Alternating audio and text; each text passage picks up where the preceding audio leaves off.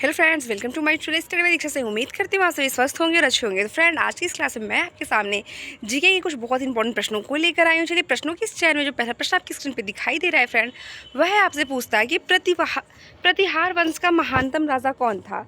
तो किस वंश के राजा की बात की गई है? तो बात की गई आपसे प्रतिहार वंश का राजा कौन था। आप सभी का उत्तर यहाँ पे होता है फ्रेंड, मिहिर भोज। मिहिर भोज। सामान्य ज्ञान की क्लास का अगला प्रश्न आपकी स्क्रीन पर है, वह आपसे पूछता है निम्नलिखित मंदिरों में से चंदेल राजा का संबंध किससे है। निम्नलिखित मंदिरों में से चंदेल राजाओं का संबंध किससे है? तो आप सभी का उत्तर यहाँ पे होता है खजुराहो के मंदिर से। चंदेल राजाओं का जो संबंध है वो खजुराहो के मंदिर से संबंधित है। तो सामान्य ज्ञान की क्लास का अगला प्रश्न आपकी स्क्रीन पर है कि चोल राजवंश से उभरने वाला पहला महत्वपूर्ण शासक कौन था। तो चोल राजवंश से उभरने वाला पहला महत्वपूर्ण शासक की अगर बात करें तो वो थे आपके राजा राज चोल। राजा राज चोल। नेक्स्ट, पाल वंश के पतन के बाद बंगाल के किस राजवंश ने अपना शासन स्थापित किया। ध्यान दीजिएगा, आपसे पूछता है कि पाल वंश के पतन के बाद, जब पाल वंश का पतन अर्थात वो पाल वंश समाप्त हो चुका था, उसके बाद बंगाल में किस राजवंश ने अपना शासन स्थापित किया है। आप सभी का उत्तर यहाँ पे होता है सेन वंश ने। सेन वंश ने। नेक्स्ट प्रश्न की तरफ बढ़ते हैं। नेक्स्ट प्रश्न आज की स्क्रीन पे जो आज की क्लास में दिख रहा है वो आपसे पूछता है चोल राजा को निम्न में से किस राष्ट्रकूट शासक के आक्रमण को झेलना पड़ा था। चोल राजा को निम्न में से किस राष्ट्रकूट शासक के आक्रमण को झेलना पड़ा था। आप सभी का उत्तर होता है कृष्ण तृतीय। कृष्ण तृतीय। नेक्स्ट, बादामी चालुक्यों के बादामी जाने से पहले उनकी राजधानी कहाँ थी। बादामी चालुक्यों के बादामी जाने से पहले उनकी राजधानी कहाँ थी। आप सभी का उत्तर होता है एहोल। एहोल। तो सामान्य ज्ञान की क्लास का जो अगला प्रश्न आपकी स्क्रीन पर है वह आपसे पूछता है चालुक्य वंश का संस्थापक कौन था। तो चालुक्य वंश के संस्थापक की अगर बात करें तो वह थे आपके पुलकेशिन प्रथम। पुलकेशिन प्रथम। तो सामान्य ज्ञान की क्लास में जितने भी प्रश्न हैं फ्रेंड वह एक से बढ़कर एक हैं और जैसे जैसे आप वीडियो में आगे की तरफ बढ़ते जाएंगे सभी प्रश्न आपको बहुत ही इंटरेस्टिंग लगते जाएंगे। तो फ्रेंड, ऐसी ताबड़तोड़ प्रश्नों को देखने के लिए आप हमारे चैनल को सब्सक्राइब करना कतई ना भूलें और मेरे वीडियो को लाइक करना कतई ना भूलें। चलिए बढ़ते हैं अगले प्रश्न की तरफ। मिहिर भोज शासक था।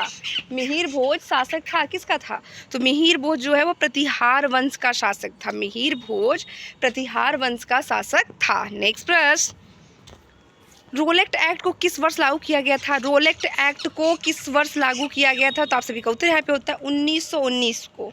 रोलेक्ट एक्ट को किस वर्ष लागू किया गया था। आप सभी का उत्तर यहाँ पे होता है 1919 को। 1919 में एक बहुत ही महत्वपूर्ण घटना और हुई थी, वह क्या है आप सभी कमेंट में जरूर बताइएगा कि 1919 को 13 अप्रैल 1919 में कौन सी एक ऐसी बहुत ही महत्वपूर्ण घटना हुई थी जो हमारे इतिहास में बहुत ही ज़्यादा प्रसिद्ध हुई। तो आप सभी कमेंट से समझाइए और कमेंट करके ज़रूर बताइए। तब तक हम बढ़ते हैं अपने प्रश्नों की श्रृंखला में अगले प्रश्न की तरफ। अगला प्रश्न आपकी स्क्रीन पर है कि महात्मा गांधी की हत्या कब हुई थी। तो महात्मा गांधी की हत्या की अगर बात करें तो उनकी हत्या हुई थी 30 जनवरी 1948 को। 30 जनवरी 1948 को। नेक्स्ट, खजुराहो का मंदिर किस राज्य में स्थित। देखिए, पहले आपसे पूछा गया था कि खजुराहो का मंदिर किस वंश से संबंधित है। खजुराहो का मंदिर किस वंश के राजाओं से संबंधित है। तो वो थे आपके चंदेल वंश के। चंदेल वंश के। तो अभी आपसे हाँ ये पूछता है कि खजुराहो का मंदिर किस राज्य में स्थित है। तो खजुराहो के मंदिर की अगर बात करें तो ये आपके मध्य प्रदेश में स्थित है। कहाँ स्थित है? आपके मध्य प्रदेश में। नेक्स्ट, मशहूर लिंगराज मंदिर किस राज्य में स्थित है। मशहूर लिंगराज, यहाँ पे मशहूर की बात हो रही है।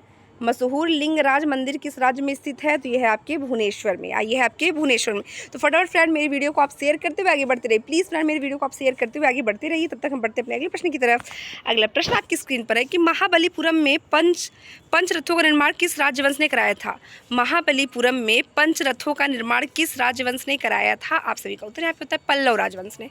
पल्लव राजवंश ने। नेक्स्ट, मोहनजोदड़ो को अन्य किस एक नाम से जाना जाता है। मोहनजोदड़ो को अन्य किस एक नाम से जाना जाता है। तो वह है आपका उत्तर mound of dead. Mound of dead.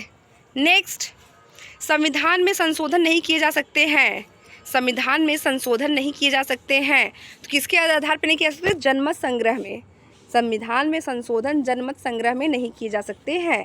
तो सामान्य ज्ञान की क्लास का जो अगला प्रश्न आपकी स्क्रीन पर है वह आपसे पूछता है भारतीय संविधान का कौन सा अनुच्छेद भारतीय संविधान का कौन सा अनुच्छेद जम्मू और कश्मीर राज्य को विशेष दर्जा देता था? ध्यान दीजिएगा, देता है कि नहीं बात करा, देता था। अगर यहाँ पे है आता तो आपका ये प्रश्न गलत हो जाता है। तो आपसे पूछता है कि भारतीय संविधान का कौन सा आर्टिकल जम्मू कश्मीर को एक विशेष राज्य का दर्जा देता था, स्पेशल स्टेट का दर्जा देता था, कौन सा? तो आपका आर्टिकल 370, आर्टिकल 370, जो कि अब वर्तमान में हटा दी गई है। नेक्स्ट, भारत के प्रथम उपराष्ट्रपति कौन थे? भारत के प्रथम राष्ट्रपति की अगर हम बात करें तो राष्ट्रपति के पद पे प्रथम डॉक्टर राजेंद्र प्रसाद, उपराष्ट्रपति की बात करें तो डॉक्टर एस राधाकृष्णन। 5 सितंबर को शिक्षक दिवस के रूप में आप इन्हीं के जन्म दिवस को मनाते हो। तो प्रथम उपराष्ट्रपति कौन थे? तो हैं डॉक्टर एस राधाकृष्णन। नेक्स्ट प्रश्न आपकी स्क्रीन पर है फ्रेंड, नागभट्ट निम्नलिखित में से किस राजवंश के राजा थे? नागभट्ट निम्नलिखित में से किस राजवंश के राजा थे?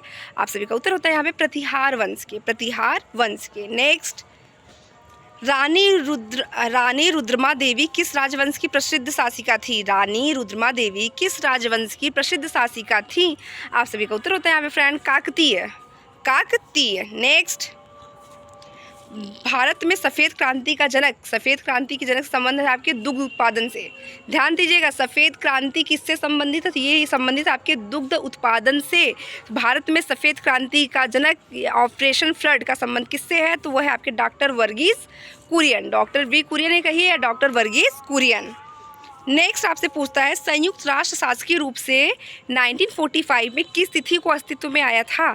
संयुक्त राष्ट्र शासकीय रूप से 1945 में किस तिथि को अस्तित्व में आया था? तो वो डेट थी आपकी 24 अक्टूबर, 24 अक्टूबर। नेक्स्ट प्रश्न है, कबड्डी खेल में खिलाड़ियों की संख्या कितनी होती है?